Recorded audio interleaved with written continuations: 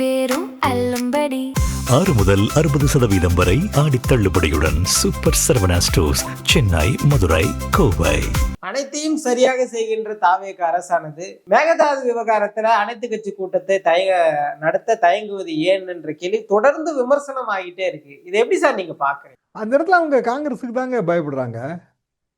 சரி, 2 விஷயம். காவிரி நதிநீர் பங்கீடு, புதிய அணை கட்டுது.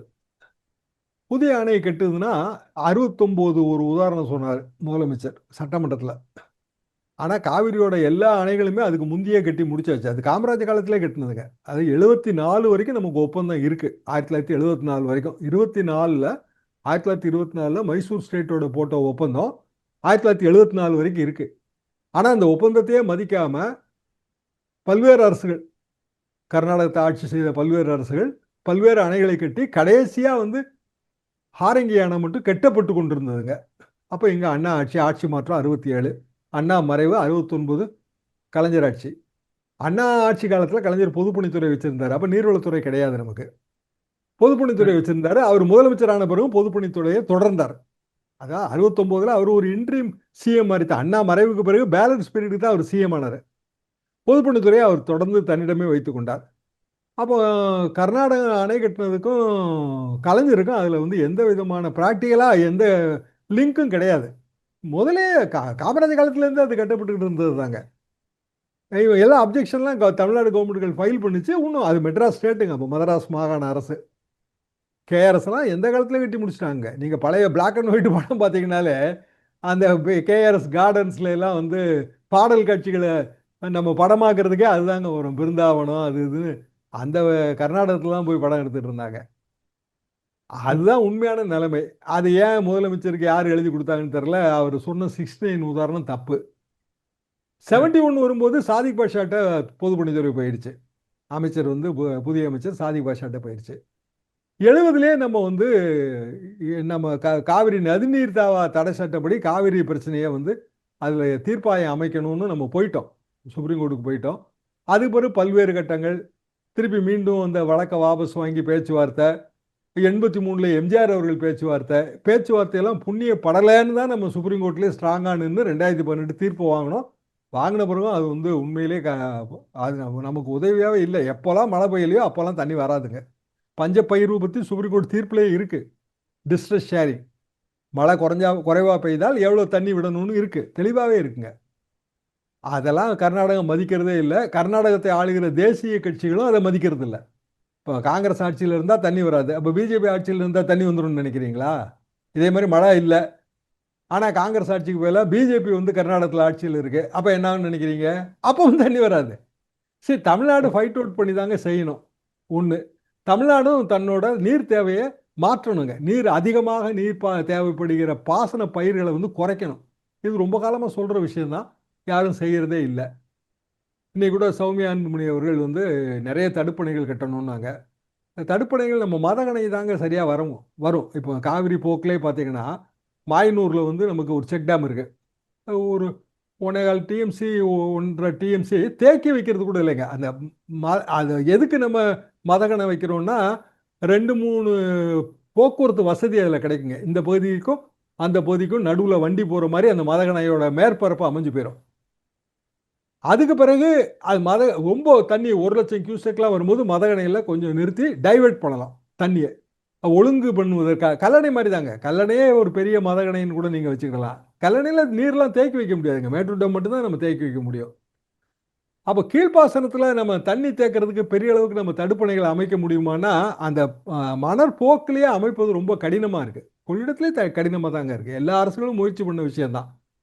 ஒரு அதிகபட்சமாக ஒரு 1.5 மீட்டர் 2 மீட்டர் உயரத்தில் வைக்கலாம். ஆனால் வெறுமனே அதுக்கு தடுப்பணை அமைக்காமல் மேலே பாலம் மாதிரி போட்டு 2 பக்கம் கிராமத்தை இணைக்க முடியுமான்னு பார்ப்பாங்க. அப்போ நல்ல சஜஷன் தான். ஒரு 25 கிலோமீட்டருக்கு ஒரு கேள்வி நீங்கள் அமைக்கிறதுக்கு முயற்சி பண்ணுங்க அப்படிங்கிறது இன்னைக்கு சௌமியா பேசின பேச்சோட சாராம்சம். சரிதான்.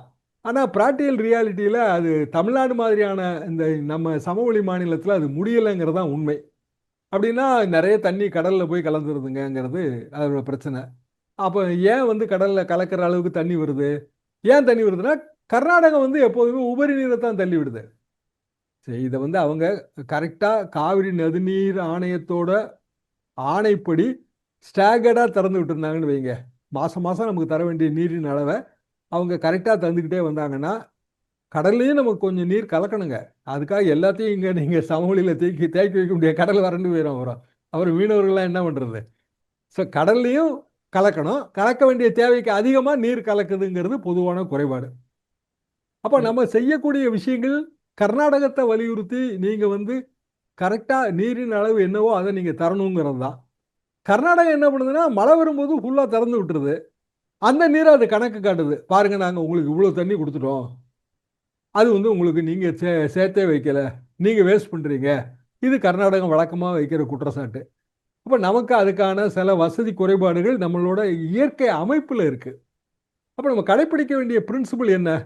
கீழ்ப்பாசனத்துக்கு முன்னுரிமைங்கிறது நம்ம கடைப்பிடிக்க வேண்டிய பிரின்சிபிள். அப்படின்னா இதை எப்படி செய்ய முடியும்? ஒரே வழி அணைகளை திறக்கக்கூடிய, அணைகளை கண்ட்ரோலில் வச்சிருக்கிற அமைப்பு இருந்தால் தாங்க இதை செய்ய முடியும்.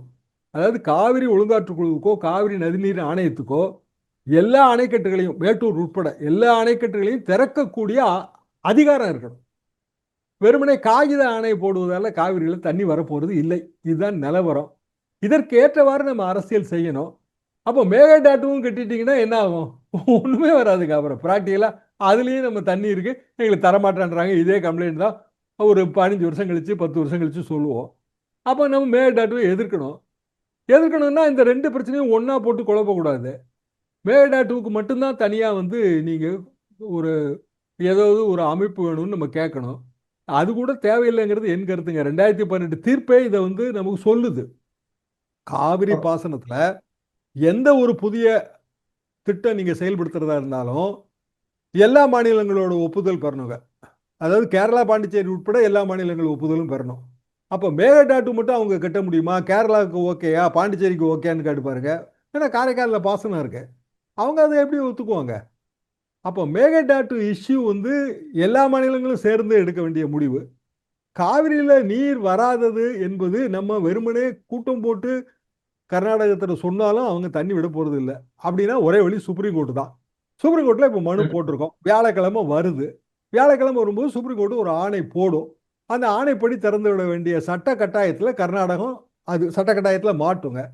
சுப்ரீம் கோர்ட் ஆணையை நிறைவேற்றல அப்படின்னா, போன தடவை ஒரு தடவை சுப்ரீம் கோர்ட் ஆணையை நிறைவேற்றலங்கும்போது எஸ்.எம். கிருஷ்ணன் நினைக்கிறேன் முதலமைச்சர், நாங்கள் முதலமைச்சரை கைது செய்ய கூட உத்தரவு போடுவோன்ட்டாங்க சுப்ரீம் கோர்ட்டு.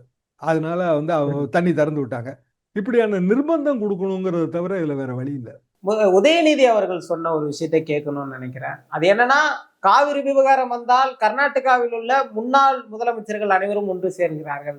விஜய் தமிழ்நாட்டில் இருக்கின்ற முன்னாள் முதல்வர்களை ஒருங்கிணைக்க ஏதோ தயக்கம் காட்டுவதை போல சொல்லியிருந்தாரு. அதை எப்படி சார் பாக்குறீங்க? நானும் அப்படிதாங்க பார்க்கிறேன். என்ன காரணம்னா, நீங்க எல்லா முதலமைச்சர்களுங்க கர்நாடகத்தில் எல்லா முதலமைச்சர்களும் பரம எதிரியான தேவகவுடாவையே கூட கூட்டிட்டு தான் டெல்லிக்கு போனார். அப்போ அன்றைக்கு இருந்த முதலமைச்சர் வீரேந்திர பட்டேல் நினைக்கிறாங்க.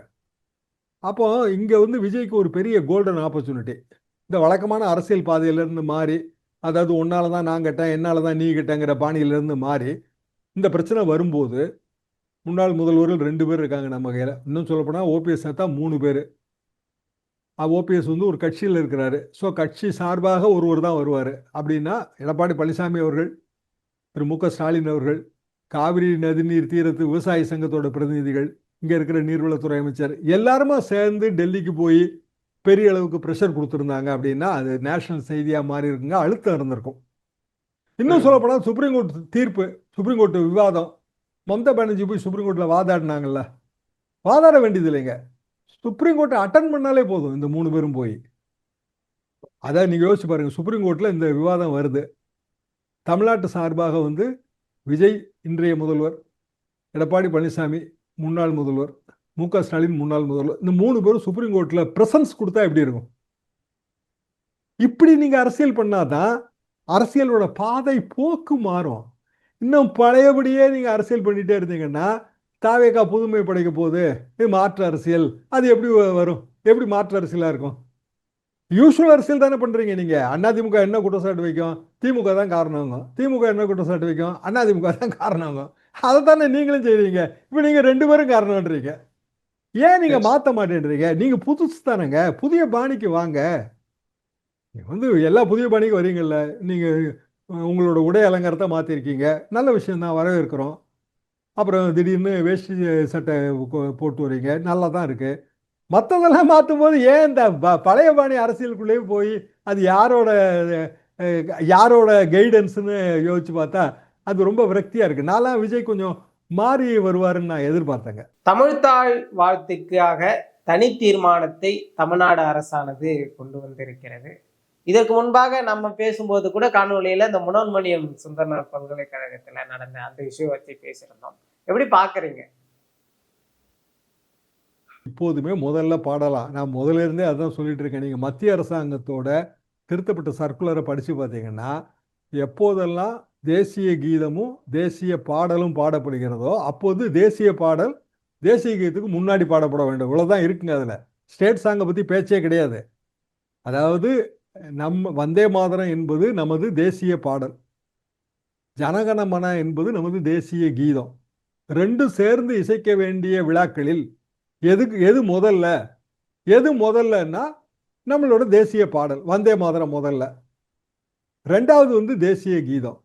ஆனால் ஸ்டேட் சாங் இருந்தால் என்ன பண்ணணும்னு அந்த சர்க்குலரில் தெளிவாக இல்லை. தாராளமாக நம்ம வந்து அதுக்கும் முன்னாடி ஸ்டேட் சாங்குங்க, மாநில பாடலை வந்து முதல்ல பாடலாம் அப்படின்னா யாரும் ஒன்றுமே சொல்ல முடியாதுங்க.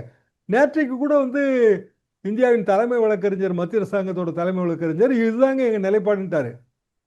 ஹைகோர்ட்டில் கேஸ் வருதுங்க. ஜனகணமன வந்தே மாதரம் இதுக்கு முன்னாடி வந்து தமிழ்த்தாய் வாழ்த்து பாடணுமா வேண்டாமாங்கிறது தாவா. அப்போ மத்திய அரசாங்கத்துக்கு நோட்டீஸ் அனுப்பி விளக்கம் கேட்குது ஹைகோர்ட்டு. மத்திய அரசாங்க தலைமை வழக்கறிஞர் நேரில் ஆஜராகி என்ன சொல்கிறாருன்னா, நாங்கள் அப்படி சொல்லவே இல்லைங்களேன்றாரு. நாங்கள் சொன்னதெல்லாம் என்னன்னா, 2 சாங் பாடும்போது வந்தே மாதரம் முதல்ல பாடுறோம், தேசிய கீதம் இறுதியில் பாடுறோம். 3 சாங் இசைக்கப்பட்டால் என்னங்கிறத நாங்கள் சொல்லலை. அப்படின்னா எத்தனை மாநிலங்களில் மாநில பாடல் இருக்குது, எத்தனை மாநிலங்களில் இல்லைங்கிற கேள்வி வருங்க. எல்லா மாநிலங்களையும் மாநில பாடல் கிடையாது. நம்ம பக்கத்து மாநிலம் கேரளாவில் கூட கிடையாது. அப்போ மாநில பாடல் நம்ம தமிழ்நாட்டில் 1970 இருக்குது. 2020 வந்து ஹைகோர்ட்டில் ஒரு வழக்கு வரும்போது இந்த மாதிரி மாநில பாடல் பாடும்போது யாருமே எந்திரிச்சு நிற்கிறது இல்லை, உரிய மரியாதை செலுத்துறது இல்லைன்னு தாவா வரும்போது ஹைகோர்ட் வந்து பழைய ஆர்டர்ஸை எடுத்துட்டு ஆமாம் அப்படியான எந்த விதமான நிபந்தனையும் விதிக்கப்படவில்லை, மாநில பாடல் பாடப்படும் போது என்ன மாதிரியான நடவடிக்கைங்கிறத சொல்லவே இல்லை, மாநில பாடல் முதன்மை பாடல் தொடக்க பாடல்ங்கிறதோட நின்று போச்சுன்னு சொல்லிட்டாங்க. சொன்ன உடனே 2021 ஸ்டாலின் அரசு வந்த உடனே எல்லாத்தையும் திருத்தி மாநில பாடல் பாடப்படும் போது எல்லாரும் எந்திரிச்சு எப்படி நிற்கணும், எப்படி மௌனமாக இருக்கணுங்கிற விதிமுறைகள்லாம் வகுத்து புதிய ஜீவோ வந்துருச்சு. இப்போ 2021 ஜீவோவே ஃபினிஷுங்க. அதுவரை இப்போ நம்ம தீர்மானம் போடுறதுனால எந்த பயனும் இல்லை. அதனால் அது வந்து இன்னொரு எக்ஸ்ட்ரா தான். இந்த தீர்மானம் மீண்டும் ஒரு முறை நமது அரசியல் நிலைப்பாட்டை உணர்த்துகிறது. மற்றபடி ஆல்ரெடி ஜீவோ இருக்குது. 21லேருந்து 26 வரைக்கும் 5 வருஷமாக அந்த ஜீவோ இருக்குது. அது ஹைகோர்ட்டு டிஸ்கஷனுக்கு பிறகு வந்த ஜீவோ. அப்போ ஏன் வந்து தாவேக அரசு இந்த ஜீவோவை கொண்டு வருது அப்படின்னா, இல்லை நாங்கள் வந்து தமிழுக்கு முக்கியத்துவம் தரோம், அதுக்காக தமிழுக்கு முக்கியத்துவம் தரோம்னு முதலமைச்சர் பேசுகிறாரு. தமிழ்னா கெத்து, தமிழ்னா பவர்ன்றாரு. கெத்துங்கிறதுக்கு அருமையான தமிழ் வார்த்தை இருக்குங்க, மிடுக்குங்கிற வார்த்தை இருக்குது. தமிழ்னா மிடுக்கு, தமிழ்னா வந்து பவர்னு சொல்ல வேண்டியதில்லை, தமிழில் அருமையான வார்த்தை இருக்குது, ஆற்றல்ங்கிற வார்த்தை இருக்குது. தமிழ்னா மிடுக்கு, தமிழ்னா ஆற்றல் அப்படி சொல்ல வேண்டியதான முதலமைச்சர். ஸோ அவர் கலவைக்கையில் தான் பேசுகிறேன். நான் கலவைக்கையில் பேசுகிறது தவறுன்னு சொல்லுங்க, கலவைக்கையில் நம்ம எல்லாருமே பேசுகிறோம். தமிழ்த்தாய் வாழ்த்து அது சம்பந்தமான தீர்மானம்னு வரும்போது அதை வந்து நல்ல தமிழில் சொல்லலாமே என்பது தான் நம்ம ஆதங்கம். தமிழ்த்தாய் வாழ்த்து தீர்மானம் தேவையான்னு கேட்டிங்கன்னா நான் தேவையில்லைன்னு தாங்க நினைக்கிறேன். சரி, உங்கள் உறுதிப்பாட்டை காட்டுறாங்க, எல்லா கட்சிகளும் அதை ஆதரித்து பேசுது, தாவேக அரசுக்கு ஒரு மகிழ்ச்சி, நம்ம நிலைப்பாட்டை எல்லா கட்சிகளும் ஆதரிக்கிறது. அதை தாண்டி அதில் என்ன இருக்குது? இன்றைக்கி 2 தீர்மானம் வந்திருக்கு. 2 தீர்மானத்தையும் யாருமே எதுக்க முடியாதுங்களே. நீட்டு வேணாங்கிற தீர்மானத்தை தமிழ்நாட்டில் எந்த கட்சியாவது எதுக்குமா? பிஜேபியோட எதுக்கும். பிஜேபி அப்போ அந்நியப்படுவங்க. அதே மாதிரி இன்னொரு தீர்மானம் எஃப்சிஆர். சரி, ஃபாரின் கான்ட்ரிபியூஷனை நம்ம ரெகுலேட் பண்ணுறோங்க, ஃபாரின் கான்ட்ரிபியூஷன் ரெகுலேஷன் ஆக்ட். இது வந்து பழைய சட்டங்க, இந்திரா காந்தி அம்மா காலத்துலேருந்தே இருக்குது. காரணம் என்னென்னா, ரொம்ப நம்ம கதவை திறந்து விட்டோம்னா வெளிநாட்டுக்காரங்க இங்கே வந்து பணத்தை போட்டு இங்கே கண்ட்ரோல் பண்ண ஆரம்பிச்சிருவாங்கங்கிற ஒரு பயம் நிறைய நாடுகளில் இது இருக்குது. அதில் நம்ம பல திருத்தங்கள் கொண்டு வந்தோம், எல்லா திருத்தங்களும் ஓகே தான். ஆனால் இப்போ இவங்க ப்ரொப்போஸ் பண்ண திருத்தம் தவறான திருத்தம், ட்ரக்கோனியன். இப்போ நான் வந்து வெளிநாட்டு நன்கொடையோடு ஒரு நிறுவனத்தை தொடங்குறேன். என் நிறுவனம் வந்து சிறந்த முறையில் தனக்குத்தானே நிதி நிர்வாகம் பண்ணக்கூடிய அளவுக்கு மேலாண்மையில் சிறந்து விளங்குது. எனக்கு வெளிநாட்டு கான்ட்ரிபியூஷன் வேண்டான்னு நான் முடிவு எடுக்கிறேன். அப்போ அது என்னோட முடிவு தானே, என்னோட நிறுவனத்தோட முடிவு தானே, என்னோட அறக்கட்டளையோட முடிவு தானே.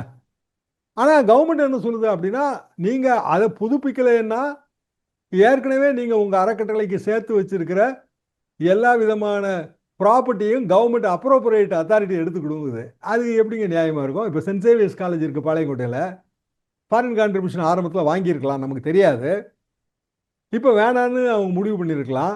அப்படி முடிவு பண்ணால் காலேஜே நீங்கள் எடுத்துக்குவீங்களா? இப்போ நிறைய மைனாரிட்டி இன்ஸ்டிடியூஷன் இருக்க தானேங்க செய்யும். அப்போ ட்ரக்கோனியன்லாம். ஸோ ட்ரக்கோனியனாக ஒரு ப்ரொவிஷனாக அவங்க ப்ரொப்போஸ் பண்ணாங்க, அதை நம்ம எதிர்த்தோம். ஆனால் இப்போ அந்த பில்லு வரல, அது பார்லிமெண்ட் செலக்ட் கமிட்டிக்கு தான் இப்போ அனுப்ப போகிறாங்க. ஆனால் தமிழ்நாடு சட்டமன்றம் தீர்மானம் நிறைவேற்ற போகுது. சரி, ஏற்கனவே பாருங்க, தமிழ் தாய் வாழ்த்தில் இன்னும் மத்திய அரசாங்கத்தோட சர்க்குலர் தமிழ் தாய் வாழ்த்து முதல்ல பாடக்கூடாதுன்னு சொல்லவே இல்லை. அதுக்கு தீர்மானம் போட்டிருக்கோம். இப்போ நீட்டு தீர்மானம் நம்ம தமிழ்நாடு ஆரம்பத்துலேருந்து எழுத்துட்டு இருக்கிற விஷயம். தமிழ்நாடு சட்டமன்றத்திலையும் பல முறை அந்த தீர்மானம் நிறைவேற்றி இருக்கிறோம். இப்போ மீண்டும் இன்னொரு முறை அதை நிறைவேற்றுறோம். எஃப்சிஆரே வரல, பில்லு வந்து இன்ட்ரடியூஸே ஆகலை, அது மீண்டும் ஒரு தீர்மானத்தை கொண்டு வர போகிறோம். இப்படி வந்து தாவேகா அரசில் வந்து சில விஷயங்கள் இப்போ அவங்க லைவ் கொடுக்குறாங்க, உண்மையிலே அது பாராட்ட வேண்டிய விஷயந்தாங்க. இப்போ அதே மாதிரி வந்து சில திட்டங்கள், இப்போ ஏஐக்கு ஸ்பெஷல் சிட்டி 1000 ஏக்கர் லேண்டு, அதெல்லாம் நான் பாராட்டுறேங்க. ஆனால் பல விஷயங்கள் வந்து தேவையில்லாமல் ஏற்கனவே போன அதே ரூட்லேயே பயணம் போகிறாங்க. புதிய அரசு, புதிய முகங்கள், புதிய அமைச்சர்கள், அரசியலும் புதிதாக செய்யலாமே, அதில் என்ன தவறு இருக்குது? நிச்சயமா சார், பல விஷயங்கள் பேசணும், தொடர்ந்து பேசலாம் சார். நன்றி.